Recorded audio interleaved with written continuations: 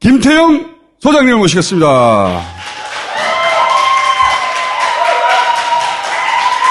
안녕하십니까.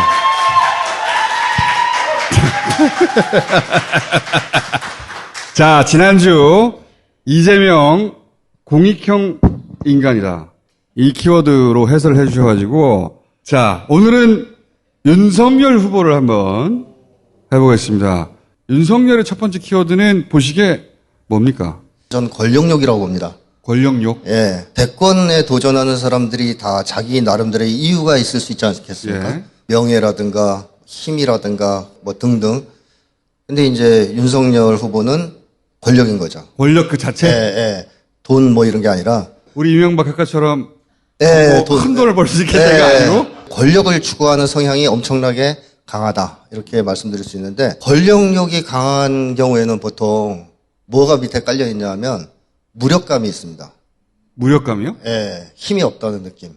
목이 아주 마른 사람이 물을 갈망하듯이 무력한 사람이 권력을 추구합니다. 윤석열 후보가 그런 경우에 해당된다. 어떻게 무력감이 키워진 거예요? 몇 가지 사례를 말씀드리면 윤석열 후보가 대학생 때 콩서리를 했어요. 콩서리? 예, 콩서리. 아, 그러니까 옛날에 콩밭에 가가지고 예, 대학생이? 대학생 때. 대학생이 하면 그건 서리가 아니고 절도죠. 근데 별 문제가 안 된다. 이렇게 이제 생각하고 친구들하고 그걸 했는데 그게 아버지한테 들켰어요. 그래서 아버지가 세워놓고 고무호수로 종아리를 때렸습니다. 대학생을? 대학생을. 요건 납득하기가 조금 어렵죠. 대학생 종아리는 예. 드물죠. 드물죠. 또 한 가지 사례는 대학생 때 술에 취해서 친구 등에 업혀서 집에 들어왔다 그래요. 그러자 아버지가 또 마당에 엎드려 뻗쳐를 시켜놓고 또 고무호수로 때렸다. 뭐 이런 엎드려 얘기들이- 뻗쳐? 네, 엎드려 뻗쳐 시켜놓고. 아버지가 이제 교육자신데 네. 굉장히 엄했다는 얘기네요. 엄했고. 근데 다 큰 대학생을 엎드려 뻗쳐 시켜가지고 빠따를 네. 그것도 고무호수로. 빠따라. 예, 고무호수는 굉장히 많이 아프다 그러는데, 근데 이제 여기서 이제 유추할 수 있는 게 뭐냐면, 만약에 어릴 때 한 번도 안 맞고 자란 사람이라면, 저요. 예, 한 번도 맞아본 적이 없는데 버릇이 나빠졌어요. 근데 윤석열 후보는 아버지가 종아리 걷어, 그럼 걷고, 엎드려 뻗쳐, 한번 뻗었단 말이죠. 그렇다면 어려서부터 체벌이 많이 있었다. 자, 그렇게 봐야 될 것 같습니다. 무서운 아버지한테 맞는 상황을 좋아하는 아이는 없지 않습니까? 그래서 어떻게든 그 상황을 벗어나고 싶겠죠. 근데 벗어날 수가 없어요. 아이니까. 그때 이제 생기는 게 바로 무력감이죠. 이 상황을 통제할 수가 없다. 나도 힘을 갖고 싶다. 뭐 아버지로부터 벗어나고 싶다부터 시작해서 권력을 쫓게 되는 겁니다. 술 먹고 들어왔다고 엎드려 뻗쳐 해가지고 이건 본인이 쓴 내용이 나오는 겁니까? 윤석열 후보 관련 책들 보면 나옵니다. 아, 책들 보면 예. 아버지한테 술 먹고 들어갔다고 엎드려 받쳐서 빠따 맞았다. 예, 거기 다 나오는 겁니다. 그 정도라면 어릴 때는 계속 체벌을 당했을 수 있죠. 그렇죠. 하나의 일화를 말씀드리면, 백수 생활을 할 때 윤석열 후보가 친구 아이의 돌잔치가 있었어요. 예. 거기 이제 가서 생일 선물을 사줬는데, 소장님 이거는 이제 책들이나 이런 데 나온 예. 증언. 네네. 본인의 증언, 아니면 주변 증언. 거기 등장한 일화들. 예. 제가 근거 없이 지원한 건 없습니다. 그런 일화들의 기초에서 말씀드리는 건데, 돌잔치에 선물을 사갖고 왔는데, 청바지, 청자켓을 비싼 브랜드 걸 사간 거예요. 돌. 돌. 친구의 아이. 자녀. 네네. 근데 특이한 게 오세용 걸 사갔어요. 그러니까 돌잔치. 오세용? 돌인데. 네, 돌 때. 오세용 아주 브랜드가 괜찮은 비싼 청바지와 청자켓을 백수 시절에 사갖고 왔습니다. 그럼 친구가 이제 물어봤을 거 아닙니까? 너 이렇게까지 좋은 선물을 사오고 왜 그러냐? 왜 비싼 거 사왔어? 네, 백수인데. 그러자 윤석열 후보가 아주 흥미로운 발언을 하는데, 나중에 이 아이가 이 옷을 입을 때마다 나를 기억해 주길 바래서 그랬다. 라는 거예요. 그거 특이하다. 네, 아주 특이하죠. 어. 보통 우리는 남의 집 돌잔치 가서 선물할 때 그 아이가 커서 날 기억해 주길 바라지 않거든요. 그냥 그 아이를 위해서 사주지. 그렇죠. 예, 근데 인정 욕망이 강한 사람들은 매사에 그렇게 작은 일을 해도 자기를 사랑을 해주고 기억을 해주기를 바래요. 윤석열 후보가 이런 걸 보면 사랑을 충분히 받은 사람은 아니에요. 근데 그런 조건에서 체벌이 있었기 때문에 심리적 상처가 될 수밖에 없어요. 무력감이 생겨서. 내재된 무력감이 있었다는 거죠. 그렇죠. 어렸을 때부터 아버지한테 맞으면서 자라났지만 세계적으로 유명한 정치인이 된 사람이 한 명 있죠? 기억하십니까? 네. 어릴 때부터 아버지한테 맞으면서 자라났습니다. 정치인이 돼서 무슨 일을 했는지 다 아시죠? 소장님 편집하도록 하겠습니다. 삑! 소장님 개인 채널에 가서 하시고. 네. 네. 자, 이렇게 무력감이 강하면 힘을 쫓게 되는데, 강한 힘은 숭배하고, 약한 힘은 짓밟는, 그런 걸 이제 심리학에서는 권위주의적 성격이라고 하고, 또는 뭐 자전거 타기 뭐 이렇게도 표현합니다. 자전거 타기요? 예, 사이클 탈 때 보면 이렇게 숙이죠. 그러니까 자기보다 위에 있는 강한 사람한테는 숙이고, 아랫사람은 페달을 막 밟는. 아, 그래서 그걸 자전거 타기라고 해요? 예, 자전거 타기라고도 얘기하죠. 그 표현은 괜찮습니다. 예. 이제 권위주의 성격은 강한 힘 앞에서는 굴종적인 태도를 보이는데 문제는 숭배합니다. 그 힘을. 숭배하고 동일시하고 의존하고. 갖고 싶어 하는 거죠. 그렇죠. 강한 힘에 매료당해요. 힘을 사랑하죠. 반면에 약자를 보면 힘을 과시하고 싶은 충동을 억제하지 못하죠. 동물의 세계에서 보면 소장님 삑!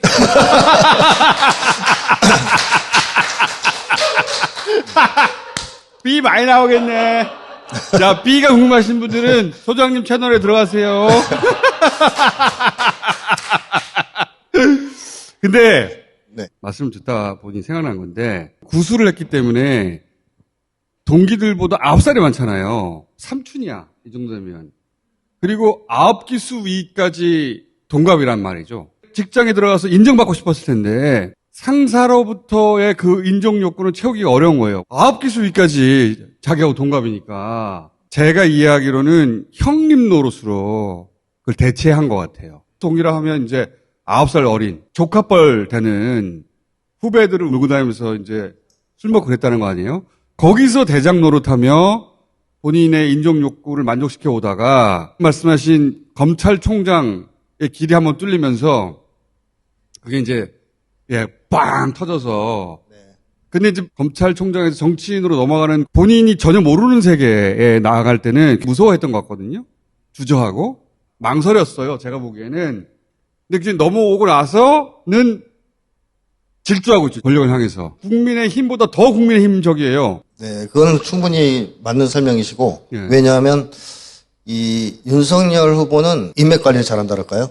친구를 챙긴다 그럴까? 예를 들면 군대 들어가는 친구를 위로하기 위해서 머리를 대신 빡빡 깎는다든가 군대를 들어가는 친구를 위로하려고 위로하려고 머리를 깎았다고. 자기 머리를 애쓴 그거- 거죠.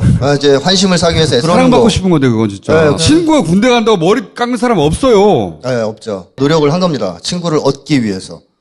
고시 시험 보는 친구 새벽부터 일어나서 도시락 싸서 챙겨줘요. 윤석열 후보는 권력을 추구하는 방식을 어떻게 했냐면 자기 세력을 구축하는 것으로서 추구합니다. 전두환 전 대통령이 장세동 같은 사람 잘 챙겨서 자기 세력을 꾸리지 않았습니까? 이제 윤석열 후보도 그러한 이제 스타일이다. 권력욕이 있어서. 이런 사람은 강한 사람이 아니거든요. 따라서 새로운 세계에 넘어갈 때에는 굉장히 겁을 냅니다. 아까 맞아요. 그런 지적을 하신 거예요. 네. 동요하고 겁내고 탐색하고. 그래서 과외 공부도 열심히 했잖아요. 겁나서 그런 거거든요. 초반에는 전원으로만 했죠. 예, 한동안. 그런 두려움이 있어요. 그래서 이 권위주의적 성격자들이 일반인들은 이해할 수 없는 대상을 숭배하기도 합니다. 왕자요? 네. 그러니까 무속인이라든가 뭐 같은 경우는 대자연을 숭배하고 그랬거든요. 삑! 보시는 분들은 궁금할 텐데 뭐가 나왔길래 계속 삐가 나오는지. 삑! 이게 왕자하고 연결되는 겁니까? 예, 예, 있습니다. 그런 사람들. 그래서 대통령 후보 토론 때도 누가 뭐라 하니까 정법도상과 만나봐라. 유튜브를 봐라. 훌륭하신 분이다. 본인이 믿고 있는 거잖아요. 그러니까 충분한 사랑을 받지 못했고 학대를 당했고. 못했다고 보시는 거고 그러다 네. 보니 내적으로는 인정받고 싶고 사랑받고 싶고 그러다 네. 보니 더욱 힘을 쫓게 되고 네. 자기 안정감을 느끼기 위해서. 근데 인간이 안정감을 주는 데는 한계가 있다 보니까 어떤 초월적인 존재에 대해서도 의지하고 싶은 마음이 네. 그렇습니다. 솔의 왕자로 드러났다. 네. 권위주의 성격자는 간단해요. 세계를 보는 방식이. 흑백 논리입니다. 약육강식의 세계관을 갖고 있습니다. 강자로 자기가 이제 인정한다. 그러면 충분하고 하나가 되려고 그러죠. 그래서 주인을 자꾸 바꾸기도 합니다. 법치를 강조하는 거는 어떤 심리입니까, 그러면? 두 번째 키워드로 말씀드리고 싶은 건 가짜 모범생이라는 겁니다. 모범생인데 가짜다? 예. 진짜 가짜의 차이는 아주 간단하게 얘기하면 진짜 모범생은 본인이 원해서, 좋아서 규범이나 규칙을 지키는 사람이고요. 아, 가짜 모범생은 나.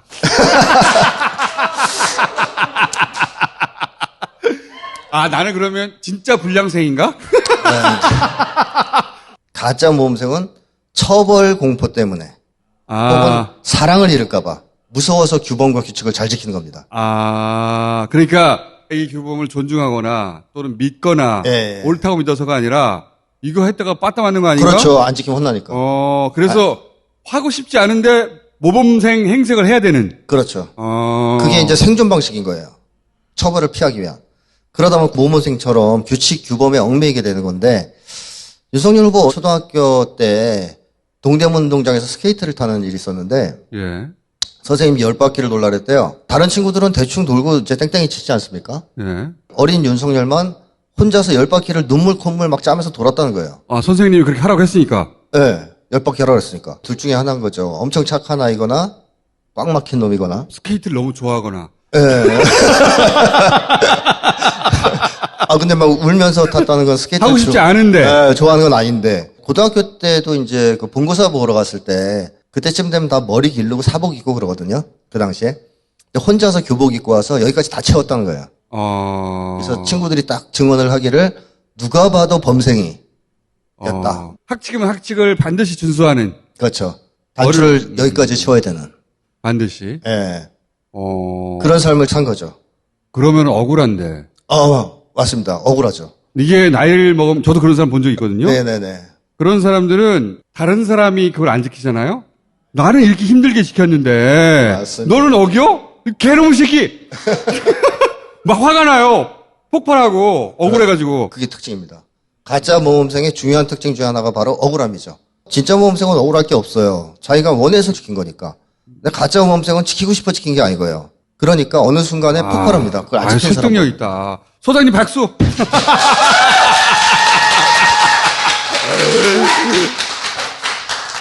가짜 모범생 확 와닿는다. 예.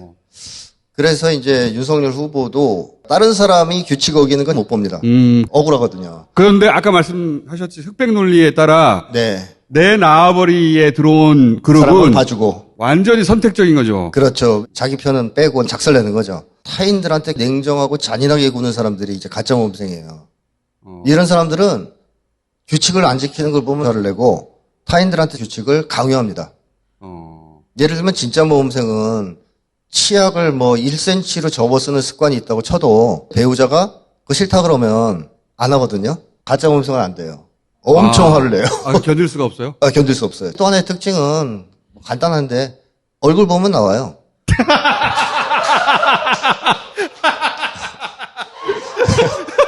삐!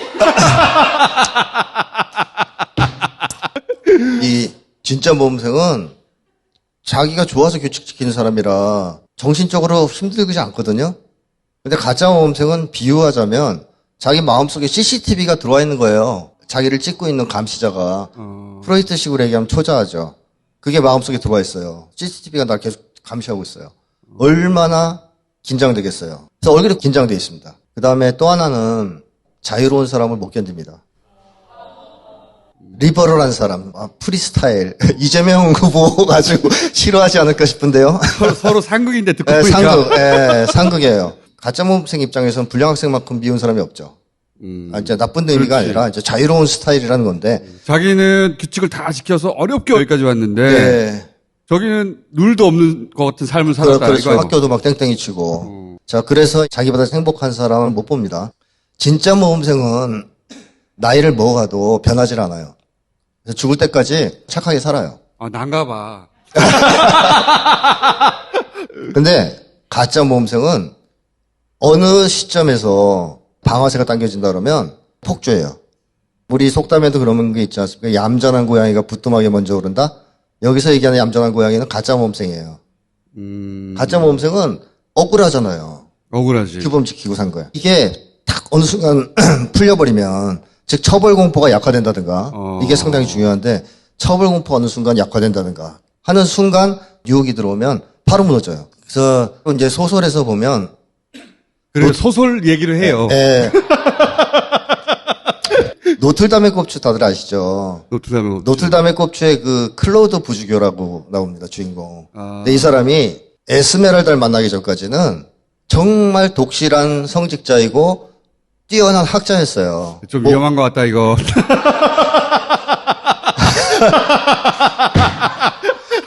벌써 위험한 것 같다, 이거. 그래서 엄청 모범적인 삶을 살았죠. 근데 에스메랄다를 딱 보는 순간 집시 여인입니다. 그 다음부터 폭주하죠. 소장님 삐. 네, 그래서 가짜 모험생은 어느 순간 무너질 수 있다는 겁니다. 폭주는 확실한 것 같은 게요. 네, 말씀하셨던 그 이론에 기반해 보자면 대통령이 된다는 건 이제 내가 감시받지 않아도 되는, 그렇죠. 허락받지 않아도 되는, 혼나지 않아도 되는 자리잖아요. 거기를 향해 지금 평상시에 해왔던 모든 가치와 전혀 상관없는 방식으로 폭주하고 있거든요. 네, 달라졌죠, 사람이. 네, 발언도 마찬가지고, 네, 내용도 네. 마찬가지고. 네. 그러면 개사관은 왜 나온 겁니까? 자, 그러면 권력력이 강하다. 가짜 모험생이다. 이게 종합되면서 또 하나의 중요한 특징인 지독한 승부욕. 승부요. 네, 완벽주의가 나옵니다. 승부에서 이겨야 혼나지 않으니까. 승부욕이 있습니다. 예를 들면 친구들하고 무슨 시합을 하게 됐는데 윤석열 어린이가 근데 시합에서 질 게 확실해져서 무성의하게 친구들이 게임을 하니까 화를 불같이 냈대요. 뭐 이런 증언이 있는데 지는 거를 굉장히 싫어했다라는 걸 보여주는 그거는 혼나고 싶지 않다고 연결되는 것 같다. 연결되죠. 예. 결과를 못 내면 네, 혼나왔던 것 같아요. 그렇죠. 그래서 거기 도달하지 않으면 두려운 거지. 네네네. 그러니까 권력력도 가짜 모험생 기질도 승부욕을 자극할 겁니다. 개사관은 왜 나온 겁니까, 그러면? 승부를 거는데 자기 나름대로 예. 안 되고 예. 상대방에서 공격이 들어오잖아요. 그렇죠. 그러면 잘못했다고 사과를 해야 되죠. 근데 이 사람은 싫은 거예요. 사과를 하긴 했는데 속으로 막 우라가 치미는 거죠. 필요해서 하긴 했는데 네. 속에는 부하가 치밀어가지고 그렇죠. 그렇게라도 조롱하면서 네, 넘어가려고. 그렇습니다. 캠프는 그런 짓을 할 바보가 없어요, 세상에. 네. 아무리 바보여도 걔한테 사과를 왜 줘요? 네. 그거는 아무리 변명해도 정말로 사과는 개나 줘라라는 뜻을 담고 있는 거란 말이죠. 그걸 이제 오케이 했으니까 올렸죠. 그렇죠. 본인이 씩씩거리니까 누가 달래주기 위해서 그 제안을 했을 가능성이 있죠. 누군지는 말하지 마세요. 예, 추론이. 권력욕, 가짜 모범생 둘은 연결돼 있다. 그 다음에 승부욕으로 그게 이어지고. 그게 이제 승부욕으로 드러나는 것이다. 예, 완벽주의와 승부욕. 완벽주의라는 것도 승부욕하고 연결되는 거네요. 그렇죠. 이기고 싶다. 그렇죠. 꼼꼼하게 네네. 따져가지고 막. 네. 그러다 보니까 이런 게 합쳐져가지고 이제 윤석열 후보의 경우에는 객관식 시험 이런 데 강한 사람이죠. 청문회 때는 말을 그래도 지금보다는 나았지 않습니까? 예상 가능한 질문에 대해서는. 그렇죠. 근데 주관식으로 가기 시작하면 순발력 떨어지고, 틀과 격식을 벗어나기 어렵고. 이 요즘은 자체가. 자신감이 좀 생긴 것 같더라고요. 스파링 파트너들하고 네. 하면서 이 정도 해도 뭐 남들이 나한테 크게 뭐라고 안 하네. 네, 지지율이 안 떨어지니까. 이게 이제 이 선거뽕인데 정치인이 선거에 들어가잖아요. 완전히 그 새로운 정신세계가 있어요. 자기 주변을 둘러싼 모든 사람들이 그 사람을 왕자, 운명 공동체, 으쌰으쌰 그런 거는 일상에서는 써요. 그 정도의 일체감은. 그중에 자기가 주인공이고.